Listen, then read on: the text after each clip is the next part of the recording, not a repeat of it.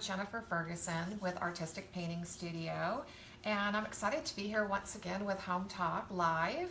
And today I'm going to be sharing a fun project to do with a terracotta pot. So why don't you guys do me a big favor and let me know where you're tuning in from. I'd love to hear where everybody is from. And I'm just going to get started on this. So I'm starting with your good old garden variety terracotta pot. Normally go find them Home Depot, Lowe's, Target, wherever you can. And my favorite size to work with is an 8 or 8.5 inch fern pot. So the fern means it's a shorter style pot instead of the taller ones. But the stencils I'm going to use today fit really well on this size, so it tends to be my favorite size to work with. The first thing I do once I get the pots is to wash them down, and I use just like a damp rag, and that way if there's any of like the terracotta dust still on them, you're getting all that off. And then you'll always find on here that there was a sticker, so normally I'll just sand those off and try to get rid of that sticky residue, or you could possibly use a Gooby Gone, I guess is what it's called, and then make sure you just clean it off again. Once you do wipe them down, they're going to be wet. So make sure you let them completely dry before you do any painting whatsoever, because otherwise you're going to trap moisture and maybe have an issue with your painting project. So the first thing that I will always do once I get ready, so mine's all been washed, it's dried, it's ready to go, okay? And I like to always do the bottom of the pots first and paint this section and then go to the rim. And today I'm going to use one of my favorite paints, and this is the Debbie's Design Diary DIY paints, and crinoline is the color that I'm going to start with. And you can use either a foam brush, or if you like, I just rather use my art wash brushes. And let's move this to where I'm right-handed, keep that on that side. Like I said, I paint the bottom first. I'm going to paint the entire bottom, and I'm just trying to smooth out my brush strokes. And as I'm getting this going, today we're going to have a really special giveaway. I'm excited about this one. I am going to be giving away one of my stencils. So the winner today is actually going to get one of my flower pot stencils, and these are a really cool stencil because they are designed to go around the tapered shape. So we'll pick a winner at the end of the segment. So you're going to have to kind of wait until after the segment is done, because I told her I wanted to pick the winner. So I'm just kind of working around. I do take this color up onto the rim so that when I'm ready to paint the actual rim color, I can bring that down to a straight line, and I'll show you how I do that. A little tricky, got to have a nice steady hand, but I've always found it's easier to brush over some of the color that I've already done instead of trying to have two colors perfectly meet, because I'm just not that perfect, I guess, with my painting, okay? My lines are not that great, so I rather try to make one straight line instead of having to make two straight lines. And just want to work this paint back and forth. And one of the reasons that I even chose Debbie's paint is that this is a chalk, clay, and mineral-based paint. So I felt I didn't have to do any priming at all. I could go directly onto the terracotta because it's clay on clay.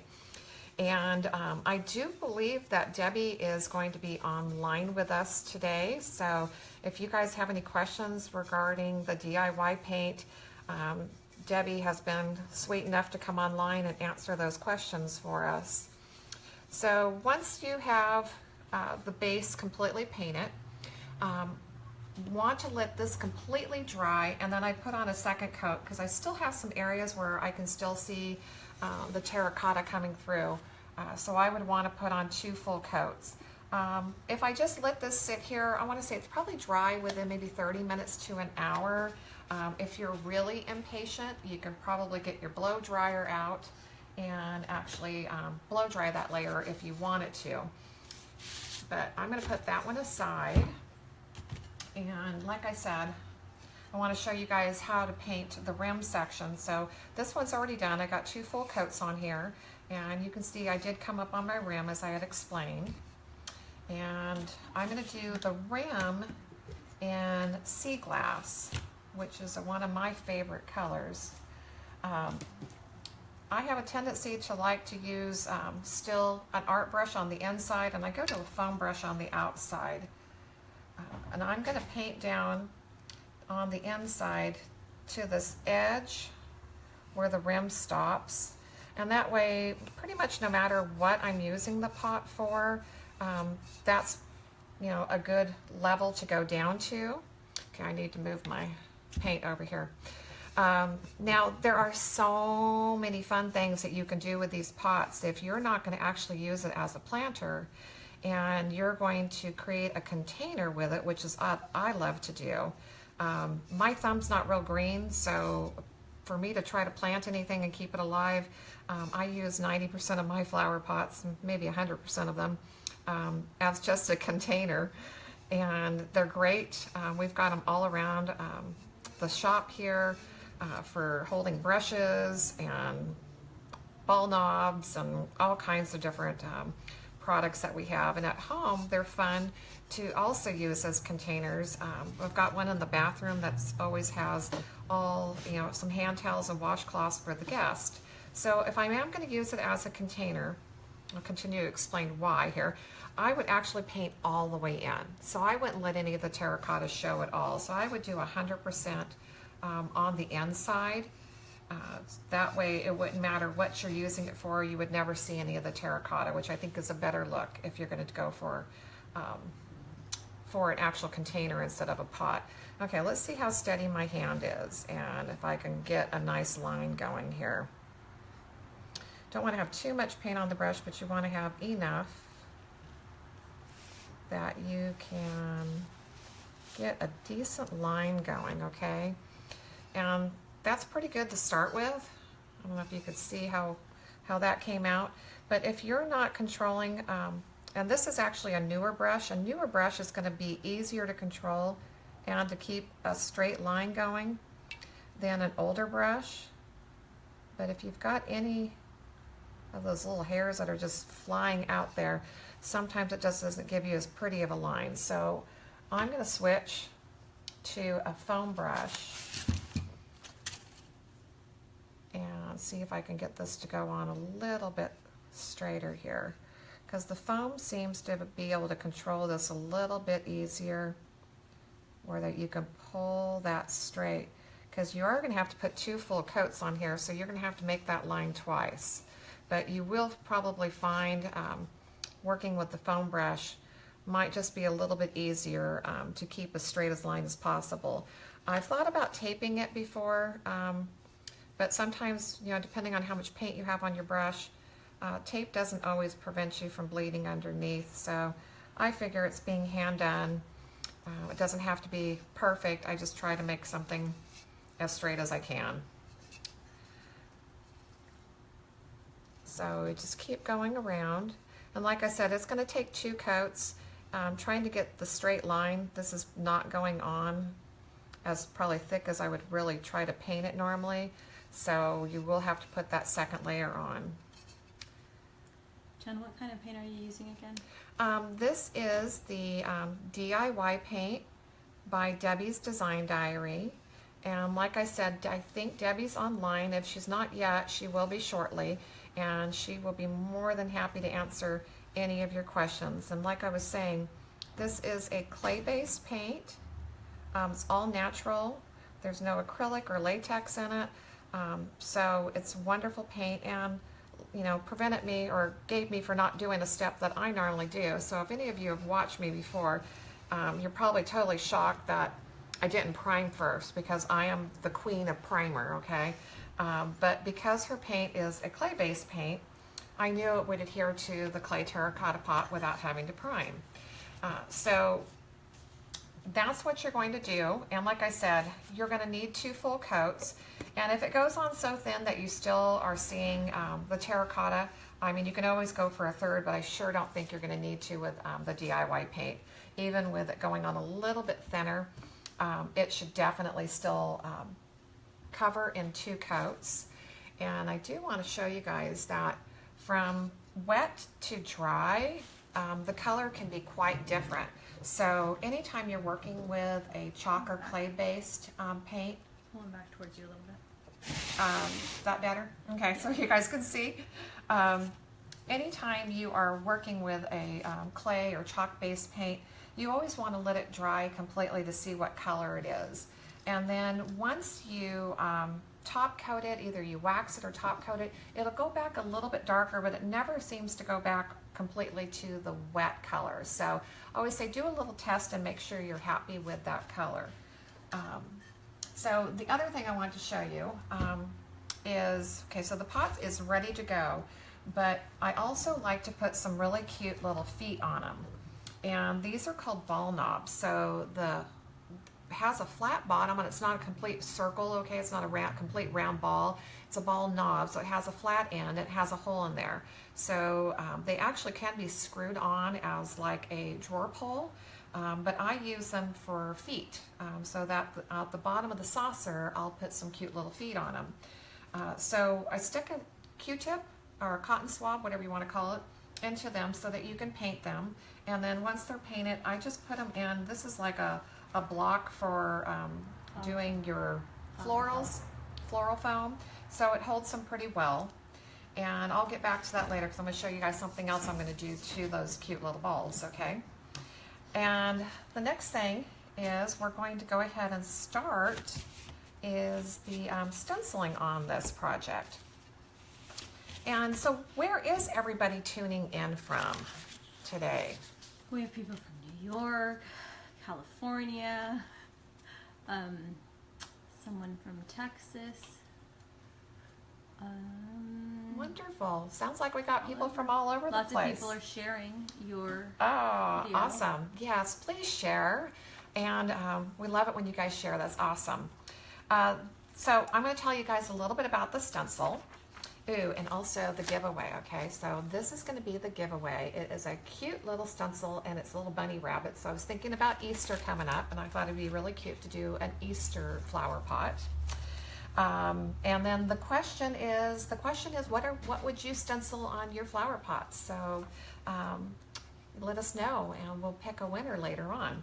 Okay, so this particular design that I'm working with is actually called Rosy Posy, I believe. And it has, it's a 2 overlay. So it has 2 overlays to the bottom section. And this is the section that is designed for the base of the pot. And then the way the stencil comes, there's always a section for a base and the section for the rim. So it'll always come with 2 different design elements when you choose these. And they are anywhere from a single overlay to multiple overlays. I just picked a design that actually has 2 overlays. So what I like to do is put both overlays together so I can see the actual pattern and kind of know where everything is going to fall. And I'm going to have my tape on overlay number 1. And the overlays are marked, so they're marked number 1 and number 2, so you don't have to guess. But if I line them up, I can see all the elements. I'll be able to see the flower as well as the leaf and kind of see where everything is falling, and then just tape it into position. And once it's taped into position, Andy was getting a really nice close-up there for you guys. Then you're ready, okay? So just want to make sure the stencil's laying flat so that you don't have anything popping up where paint could possibly get underneath.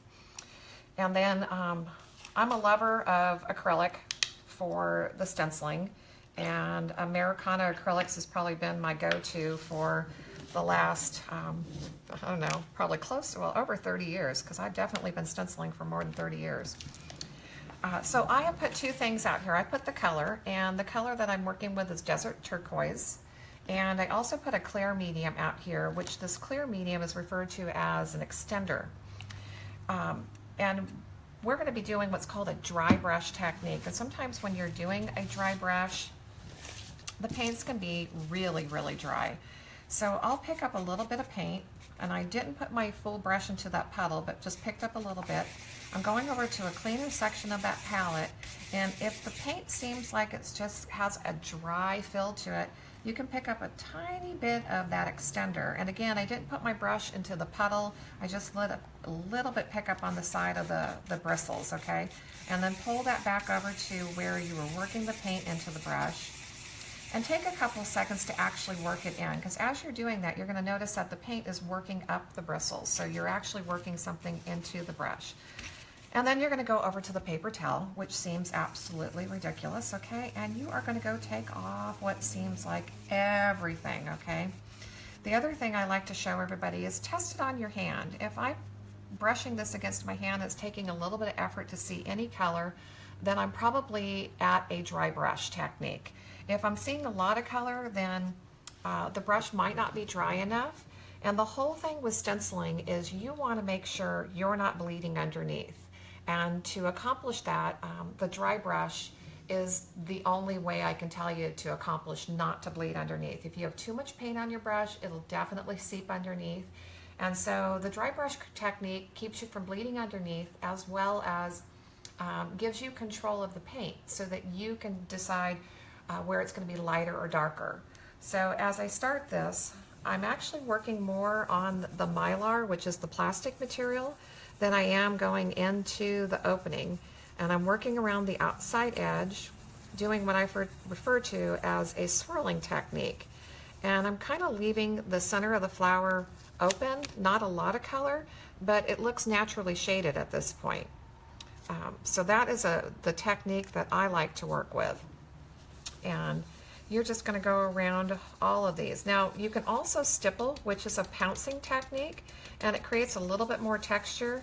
And both of them are have been used for many, many years in the art of stenciling. You just have to decide which one you prefer. I always work from one side of the stencil design to the other. That way I tend not to forget any of the openings. And now I'm starting to put a lot of pressure on my brush to get as much color as I'm looking for. So I'm about ready to need to reload, okay? In any place that you want a darker shade, you just continue to swirl over and over in that area and the color will get a little darker. So I'm going to pick up some more paint. Again, work it into my brush. And take the time to do this. If you come over here and just swirl once like that and then go wipe off, you know, you're not really loading much into your brush. And again, you always want to take it off. And if you're new to the art of stenciling, test it on your hand, get used to it. That way you kind of get a feel for how much paint you can have on your brush and control it at the same time. So when I've reloaded my brush, it's at its wettest point, and you want to start with a real soft touch and not use too much pressure, because even if you're have got your brush at a good level of dry brush, if you push too hard, sometimes you will also end up seeing more paint than you actually want to.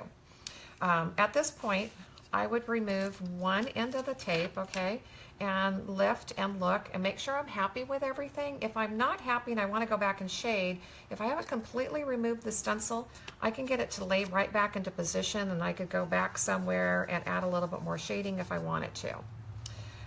But I'm happy with this, so I'm going to remove this overlay and put the tape on overlay number 2.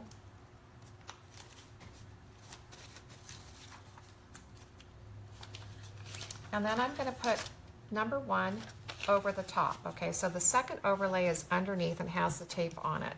But I'm using the number 1 overlay so that I can see through the design. If you guys can see that, how I've got it positioned off. And as I come over, I can line up all those elements that are underneath and get everything into alignment for the next overlay. Now, the stencil actually does have some tiny little registration holes. I'm not sure if you can see that if I put my thumb underneath it. But you can use those and just maybe put a piece of tape underneath it so you're not making the mark on the pot, but you can put tape underneath that and mark those holes so you don't have to do what I just did. But that little trick works really good to get you into position. And the one thing I did forget to get here, but what I like to do is, because if you're switching back and forth between brushes, because you need a clean brush for each and every color that you use. So in between the colors, what I normally will do is take a paper towel and dampen it, and then stick it inside of a baggie. And that way you can take the brushes and put them inside there, and the brushes will stay wet or moist. They won't get all dried up on you, so that you can switch between colors. And you could do this like all day long. There's times where I've been in the middle of a project and all of a sudden you get a phone call or you've got to go do something else. You can zip that baggie and your brushes are going to stay fresh for hours. You can even go stick them in the refrigerator and get back to them later. Okay, so I forgot to get that wet, but that's basically the idea. Okay, now we're on to the leaves. And if you guys notice, I keep my acrylics upside down. It tends to keep the paint fresh and that the jars don't get as much air in there. And normally then the color is right there when I need it. I'm going to show you guys how to do a little 2-color shading on the leaves. And can you leave one of these out so we can just see what it is that we're using? oh, you sure can. So there's the Americana acrylic. Here's a couple of them. And I will have complete instructions posted either by the end of the night or tomorrow, which will list all the colors that I'm using. So again, I loaded the paint onto my brush. I'm offloading it. I'm going to come back over here at my start. I want to make sure I'm taped down real tight. And I'm just going to go ahead and stencil all the leaves green. And as I'm doing this, are there any questions that anybody has asked so far, Andy? Is it wasteful to use that much paint and dry it off? You are not going to go through more than a puddle of paint for the entire project, so it's not a waste. It is truly the only way to create a dry brush technique.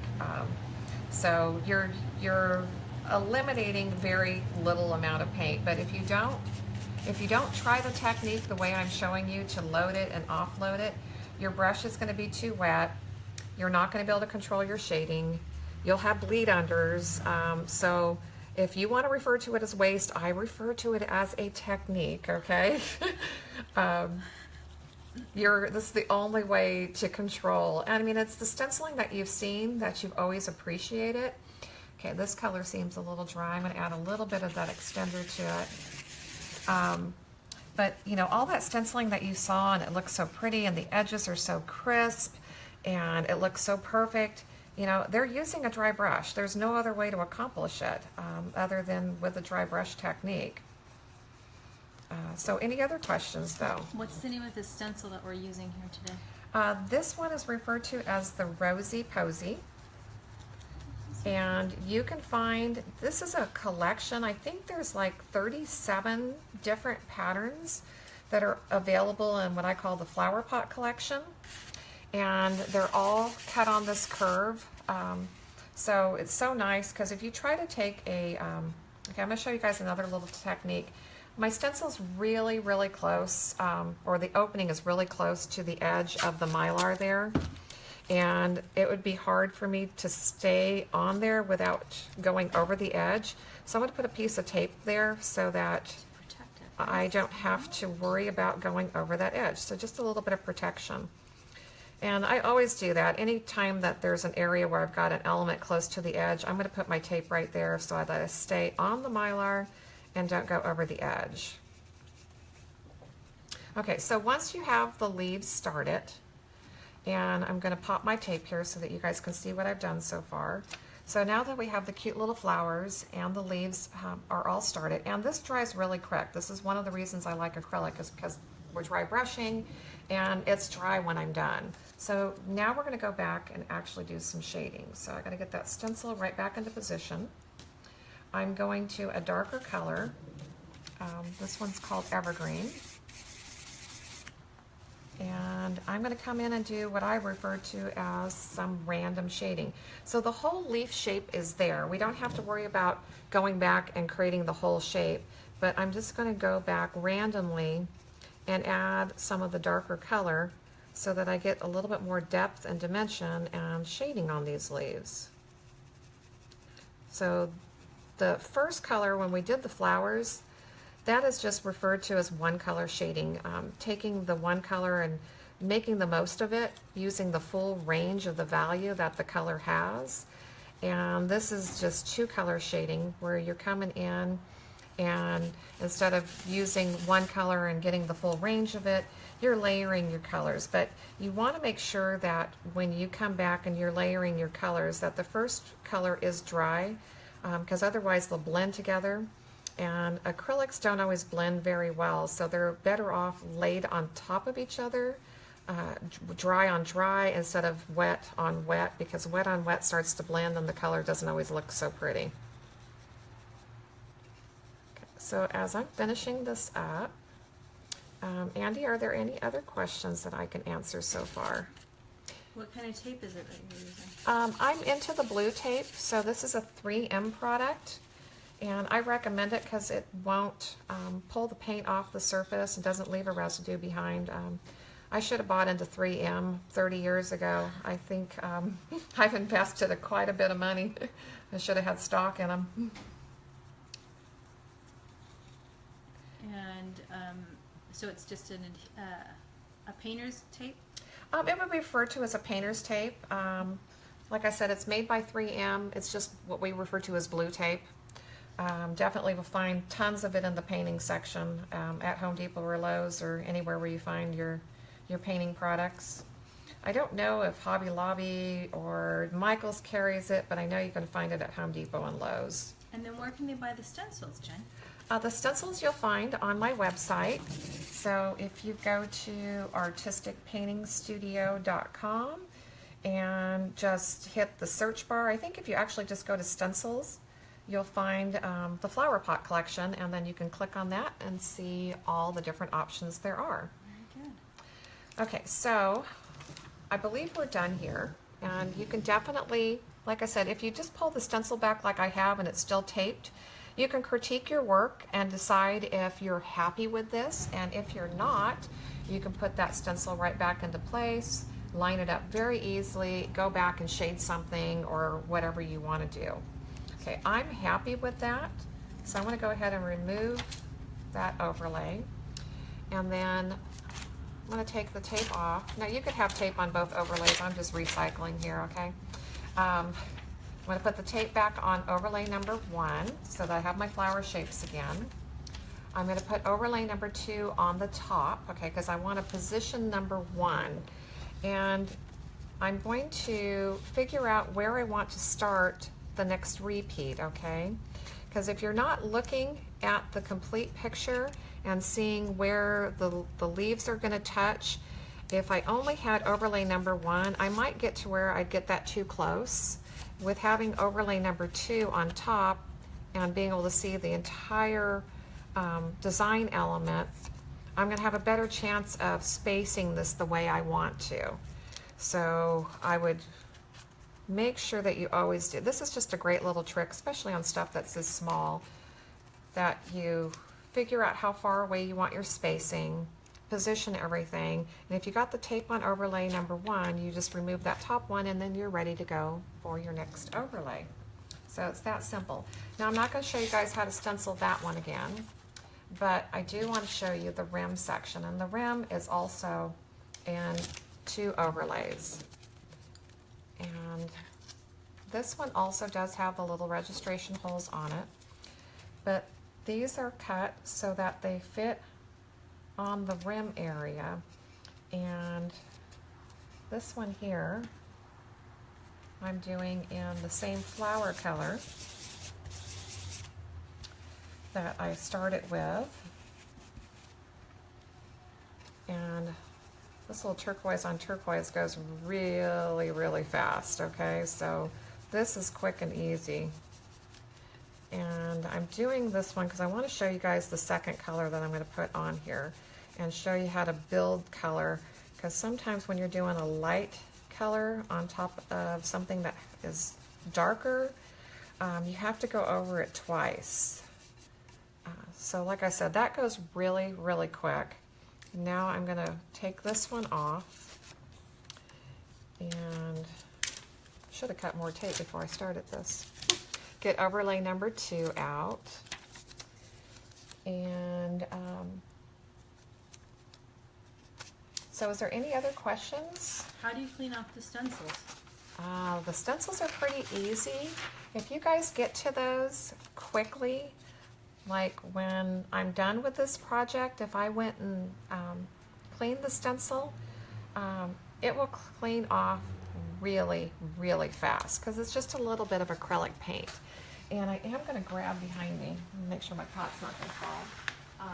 One of the little scrubber brushes. So when I go to clean, I always advise just put your stencil down into the bottom of the sink. This is just a little Scotch-Brite scrubber brush, and you can just scrub off all the paint just under running water. I mean, I don't even sometimes even go into warm water. It's just a little effort. You can also use the little sponge scrubber pads will work also, but if you have a stencil that has a lot of little jagged edges or anything that can bend or that you could break easy, I find the scrubber brush tends to not hurt those little, more finer parts of the stencil or bend them up where the little Scotch pads can, okay? Now, if you let the stencil sit and you've got tons and tons and tons of paint on it, you might have to put a little bit more effort into cleaning it. So I always say, clean them right away if you can, and don't wait like sometimes I do. Okay, so Jennifer forgot to get an extra brush here. So why don't you find out where everybody else is from, or if they have any more questions. Someone really likes your stool you're sitting on. Did you do that as well? The stool? We can see the stool right now. Okay, that's again one of my stencils, and it's kind of getting worn out. Okay, so sorry about that. I miscalculated how many colors I was going to use today. Okay, so I'm going to get a little bit more paint on here. And this is the light buttermilk color, which is really close to the base flower pot color that I used. And when you're going over the, this is a darker color underneath, you're going to find sometimes it might be easier to pounce that on to get that color to opaque. And give you full coverage, or you can just swirl it on and come back, and you're going to have to put 2 layers on here to get as much coverage as I would want. Oops. Okay, my palette's getting a little tight there. I think I might have to just pull that paint over here. I can't keep out of the green. And all I'm using for my palette is some foam plates. Those work really well. Okay, so once you've gone across, and I'm going to let you guys peek again here and show you. I mean, that might be okay for you if you don't mind that you can kind of see a little bit of color underneath. Or if you really want to get that more opaque, put the stencil back down. You might wait a second because I went across that pretty fast. You want to make sure that's dry. And then you can come back and put a second layer of paint on here. And I'm only going to do a couple so that way you can see the difference. So it's just going to brighten it up so it's a little bit stronger where this is a little bit more faded. Kind of depends on, your personal taste and which way you want to see. And then with this stencil again, you just go back to overlay 1. And this pattern connects. So it's pretty easy just to connect the pattern and position it on, and then do your next repeat. So the stencils are really easy to work with. They're a lot of fun. And again, I hope you guys are giving us some really good ideas of what you would actually stencil on your pot, because that's our giveaway question to actually win today. And so now I'm going to show you guys how I like to do just a little bit of embellishing. The stencil actually does have an opening in the stencil to create the centers to the flowers, but I've always liked to create a little bit of a 3-dimensional effect, and I call them la-di-da dots, okay? So I'm going to go ahead and dot in the center of the flowers, and how I do it is I use an embossing tool, and an embossing tool has normally a smaller ball and a little bit larger ball on both ends, and you can decide which one you want to use. But I just put a puddle of paint out there and pick the paint up, if Andy can get in here close.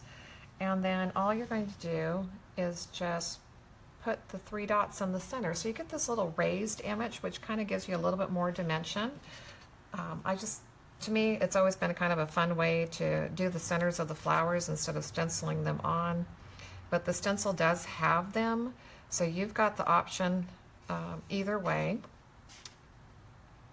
And I'm just going to finish those out. Jen, what was the brush you were using when you were doing your shading, your stenciling? These are stencil brushes, so this is a traditional stencil brush. You're always going to find that they're round and blunt cut. And I believe they're cut out of, made out of pig hair. They're stiff, okay, so they're designed for the technique, and there's really nothing better to use other than a really good stencil brush. And I'm going to use a little bit of black, and I'm going to create a couple little dots around the flowers. This is cute as a button.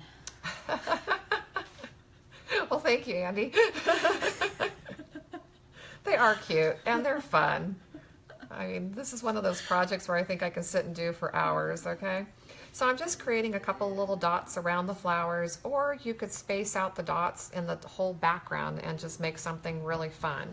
Now this is the same way that I embellish the ball knobs. So trying to coordinate everything together. You know, I did the saucer in the same color as the rim, and now I've got the ball knobs the color of the base of the flower pot section. So I'm going to go back to the, oops, I got some black on there still, so let me clean my embossing tool off a little bit better. And if you guys would, I appreciate all the shares for today's segment. And I think we need to buy a new one of these foam things to put everything in. Okay, so when I do this, I'm gonna have Andy get in here close, because I do have a little technique to my madness here. Okay, there is a method. So when I'm doing the dots on the ball knobs or trying to create an overall pattern, I'm basically creating a little triangle there. And from that triangle, I'm making a second triangle. So now we got a triangle that direction. And if I put one up here, now I have a diamond, okay? So this is the way I space them out. And it tends to create a nice little pattern, so they're not just randomly placed and bunched. So like I said, there is a little bit of method to my madness. And some people, they might just be able to space these out without even thinking about it. I've always had to have a little bit of a plan, okay? And you can just finish them out. And having a little foam, like the little foam block that we have, is great, because that in the end, you can set this back in there and it can dry. And the only thing that I do is allow these to dry. I like to completely varnish everything, okay? So once the flower pot is completely stenciled, you've got all your little la-di-da dots on everything. You can add even dots to the saucer if you want. I've got them on the feet. Once everything is dry, and with those dots, it's going to take a little bit longer than just your regular paint, because that's thicker, okay? So you might let it sit overnight. Varnish everything first, and once everything's varnished, then I will use, I think I did remember this. Oh. Jen, what are your balls made out of? They're wooden ball knobs, and that's what they're called. They are actually referred to as a ball knob. We do carry them at the studio. I'm not sure if I have them on the website anymore or not, but there are different size. I refer to them as feet, okay? But if, Andy, if you could hand me that pot there and keep it over here still. And then would these do okay outside? They will do okay outside. Depending on what you're going to use them for, and if you are going exterior, then maybe I'd go for an exterior varnish and just give them extra protection. The other thing is, Once you have sealed this pot, okay, so we got paint on the outside, we seal it with a varnish. It doesn't breathe as well anymore, okay?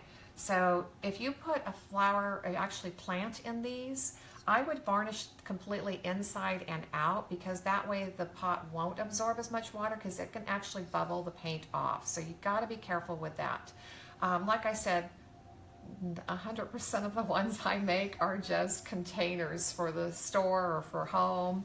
I've even used them at the dinner table and put a napkin in and served warm rolls in them.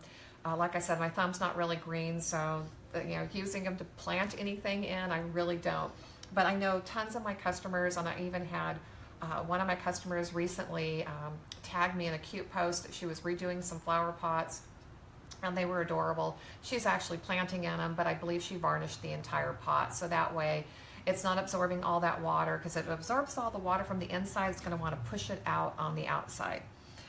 So once everything is completely varnished, so your saucer is varnished, your flower pot is varnished, the last thing that you would do is attach your ball knob feet. So I like to use E6000, and I just create 4 of these, okay? So I did 4 of the ball knobs, and just place them on the bottom and space them out however you want, but that's how you'll do it. And normally with the E6000, once I've glued them on, I like to let it sit overnight before I actually use the pot and move it around, okay? So I'm going to show you this final pot on how it looked when it was completely done. The only thing I didn't get on here was the ball knob feet, so you can decide if you want to add the feet to your pot. And then Andy's bringing over a couple more that I have done over the years, and all these are done with my collection. Some of them are like this one here that I've showed you guys. I've actually taken elements from 2 different stencils. So the little checkerboard, or the little check thing across the top, is actually from a different pattern, and the Rosy Posy is from a different stencil. I think there's one more pot I'm going to have Andy grab, and This one? that one there, yeah, with all the painted brushes. This one here is the complete Rosy Posy, as it's actually packaged. So it's got the little bees and the flowers to go around the rim section. And other than that, I think this is it. They're fun, they're easy. I mean, I've been painting these for a lot of years, so I've got a lot of flower pots around. And if there's any other questions that I can answer. Can you give us your website again? The website is artisticpaintingstudio.com, and we'll definitely post that link on there when we're done for you. Like I said, I'll have full written instructions either later this evening or tomorrow morning. So all the colors I've used, all the products I've used, everything will be listed on there. So it'll be an easy reference. And I'm really good at writing my tutorials, so there will be tons of information, okay? It's already half written. So is there anything else? That's about it. Everyone really loved your stenciling today. Oh, awesome. Well, at the end of this video, if you please hit your subscribe button, that way you will not miss any upcoming Hometalk lives. And there will be a new one tomorrow at 1 p.m. Eastern. And unfortunately, my notes don't tell me which one it is. I think I printed this too early. Is anybody telling us what the next one is tomorrow? I don't see it. Okay. Well, I'm sorry about that. I think I printed my notes too early, so I didn't get what that was going to be. But I'm sure somebody from Hometalk will post what tomorrow's segment is all about. And thank you guys so much for joining me. It's always a pleasure to have you here. And I'll see you again next time. Thanks.